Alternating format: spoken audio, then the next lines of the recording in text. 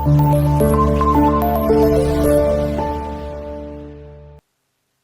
अस्सलाम वालेकुम स्टूडेंट्स, कैसे हैं आप? ठीक ठाक हैं? तो बेटा आज हम जो टॉपिक पढ़ने जा रहे हैं ये हमारे पास फर्स्ट ईयर का पहला टॉपिक है, software development and software development life cycle. हम इसमें जो पढ़ेंगे वो फंक्शनल और नॉन फंक्शनल रिक्वायरमेंट तक पढ़ेंगे। आपको मेरे सामने जो व्हाइट बोर्ड नजर आ रहा है इसमें सिर्फ दो डेफिनेशन है। मसला ये हुआ था कि वो पहले जब मैं ये दो डेफिनेशन पढ़ा रहा था तो वो आउट ऑफ बोर्ड चला गया था, तो मुझे ये दोबारा लिखनी पड़ी। आगे से कंटिन्यू चैप्टर आपको टॉपिक जो है वो पूरा मिल जाएगा। तो आपने सबसे पहले इन दो डेफिनेशंस को देख लेना बेटा। सॉफ्टवेयर डेवलपमेंट क्या आती है? ये एक ऐसा प्रोसेस होता है जिसमें हम क्रिएट करते हैं कंप्यूटर प्रोग्राम को, डिजाइन करते हैं to perform a specific task. एक सॉफ्टवेयर डेवलपमेंट क्या आती है कि हम एक प्रोग्राम को इसलिए बनाते हैं ताकि वो हमारे किसी काम आ सके, हमारे किसी टास्क को परफॉर्म कर सके। ऐसे ही है design to perform. It involves writing code. अब ये किस किस चीजों में इन्वॉल्व होता है? कोड को राइट करने में, उसको टेस्ट करने में और उसको एड्रेस करने में। अगर किसी तरह का कोई इशू आपको आ रहा है तो सॉफ्टवेयर डेवलपमेंट लाइफ साइकिल की बात करते हैं। ये एक ऐसा फ्रेमवर्क होता है दैट डिफाइन द प्रोसेस, जो डिफाइन करता है एक प्रोसेस को, यूज करता है या करती है एक ऑर्गेनाइजेशन क्या करने के लिए? बिल्ड करने के लिए एक एप्लीकेशन या एक software, initial conception to development and maintenance तक। यानी कि प्रोग्राम कहां से स्टार्ट होगा, इनिशियल से स्टार्ट करेंगे और फाइनल तक इसको मेंटेनेंस तक लेके जाएंगे। उसके बीच में हम देखेंगे ये सारा के हमारे पास कौन कौन से लाइफ साइकिल में कौन कौन सी चीजें हमारे पास इन्वॉल्व होती हैं। उसके बाद हमारे पास आ जाता है process. The primary process of SDLC to deliver high quality software that meet user expectations, reaches completions with time and cost, estimate work efficiently. देखें इसका पर्पस क्या होता है? आप एक क्वालिटी सॉफ्टवेयर बनाएं जिसका काम है मीट करना, यूजर की तमाम तवक्कुआत पे पूरा करना, टास्क को टाइमली कंप्लीट करना, टाइम पे इसको कंप्लीट होना और जितनी भी कॉस्ट एस्टिमेशन है और जो आपकी डिवाइस से जिस काम के लिए सॉफ्टवेयर को बनाया गया वो वर्क करे वैसे ही एफिशिएंटली। अब हमारे पास अगली चीज आ जाती है फ्रेमवर्क इन एसडीएलसी। तो अगर मैं बात करूं तो कहता है ये एक ऐसा फ्रेमवर्क होता है जो आपके पास स्टैंडर्डाइज और रीयूजेबल होता है, कॉन्सेप्ट्स, प्रैक्टिसेस और टूल जो प्रोवाइड करता है आपके पास। मैं फ्रेमवर्क की डेफिनेशन बताने लगा हूं। फ्रेमवर्क करता क्या? ये प्रोवाइड करता है एक स्ट्रक्चर फाउंडेशन। किसके लिए? आपने सॉफ्टवेयर डेवलपिंग सॉफ्टवेयर एप्लीकेशन, आपने किसी सॉफ्टवेयर को डेवलप करना है तो ये आपके स्ट्रक्चर फाउंडेशन प्रोवाइड करता है।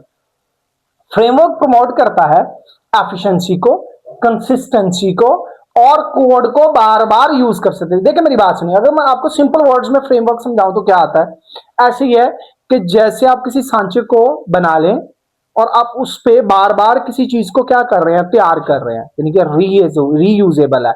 एक आपने, मैं आपको बताता हूं, integrating development environment. Integrated development environment होता है जिसके ऊपर सपोज करें एक माली है तो उसने गार्डनिंग टूल्स बनाए हैं, तो क्या वो एक बार को एक दफा सेट करने के बाद वो टूल फेंक देता है? नहीं, वो बार बार यूज करता है।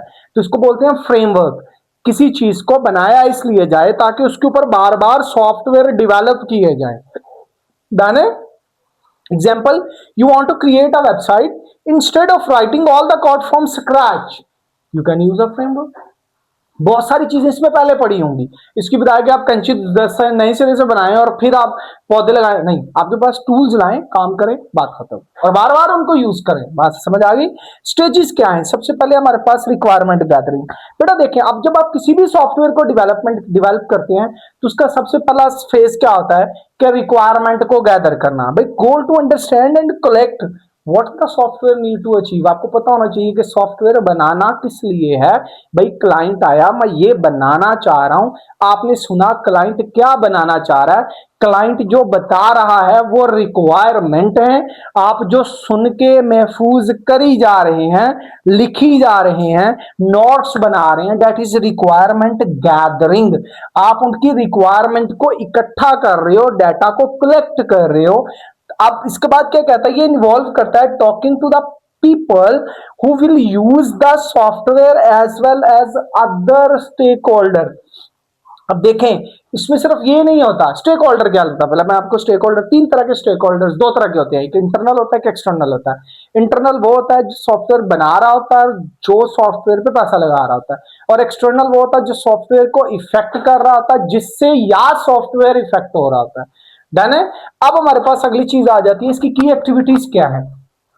आप इंटरव्यू और सर्वेस करते हैं कि भाई सॉफ्टवेयर किस तरह का होना चाहिए, क्या होना चाहिए सॉफ्टवेयर में, इसमें आप लोगों की राय लेते हैं, आप इंटरव्यूज रखते हैं, आप ऑब्जर्वेशंस, दूसरा पॉइंट हमारे पास आ जाता है, ऑब्जर्वेशंस करते हैं। आप ऑब्जर्व करते हैं कि भाई जो इंटरव्यू मैं कर रहा हूं इसमें बेसिकली क्लाइंट चाह क्या रहा है, क्या बनवाना चाह रहा है। और तीसरी चीज आ जाती है डेट इज डॉक्यूमेंट रिव्यू। और आप उसके बाद तीसरा पॉइंट क्या आपके पास, आप डॉक्यूमेंट को रिव्यू करते हैं और चेक करते हैं कि बेसिकली नीड क्या है, जो लेके आया है बंदा, क्या इसने कोई डॉक्यूमेंटेशन किया, आप उसको मीटअप करते हैं और रिक्वायरमेंट को पूरा करते हैं। अब हमारे पास इसी का एक पॉइंट है functional and non functional requirement. तो बेटा फंक्शनल रिक्वायरमेंट क्या आती है, ये डिस्क्राइब करती है स्पेसिफिक बिहेवियर और फंक्शन ऑफ सिस्टम। देखें पहले मैं आपको फंक्शन और नॉन फंक्शन समझाता हूं। भाई सिस्टम में इंटर कैसे होना है, सिस्टम में क्या क्या मॉड्यूल लगने हैं, क्या क्या चीजें करेंगी, इसका बिहेवियर क्या होगा, ये फंक्शनल रिक्वायरमेंट है। सिस्टम की स्पीड क्या होगी, परफॉर्मेंस क्या होगी, एक्यूरेसी क्या होगी, ये सिस्टम की नॉन फंक्शनल रिक्वायरमेंट है, जिसमें उसकी क्वालिटी या एट्रीब्यूट्स आ जाएं, जिसमें उसकी खसूसियात बयान की जाएं। अगर मैं बताऊं इसकी एग्जांपल, तो इसमें आपने यूजर रजिस्ट्रेशन फॉर्म बनाना है, उसके बाद आपने बुक बोरिंग फॉर्म बनाना है, इन्वेंट्री मैनेजमेंट बनाना है। सपोज करेंगे आपके पास क्या है, एक लाइब्रेरी मैनेजमेंट का फॉर्म बना रहे हैं, तो इसमें आप यूजर नेम और ईमेल भी इसकी फंक्शनल रिक्वायरमेंट है। और नॉन फंक्शनल में आप चेक करते हैं कि इसकी परफॉर्मेंस क्या है, इसकी रिलायबिलिटी क्या है और इसकी सिक्योरिटी क्या है। तो बेटा ये हमारे पास एक पूरा टॉपिक है, introduction to software development life cycle हमारे पास टॉपिक चैप्टर है, और इसका ये टॉपिक है, इसका हमने सिर्फ अभी तक पढ़ा है रिक्वायरमेंट गैदरिंग तक। अगले टॉपिक में हमारा पार्ट बी आएगा और इसमें ये हमारा टॉपिक क्या हो जाएगा, फुल कंप्लीट हो जाएगा। तो जब मैं हिंट दूंगा तो वहां पे मैंने जो टाइटल होगा उस पर पार्ट 1 लिखा होगा, पार्ट 2 आप जाके दूसरी वीडियो में पढ़ेंगे। तब तक के लिए अल्लाह हाफिज।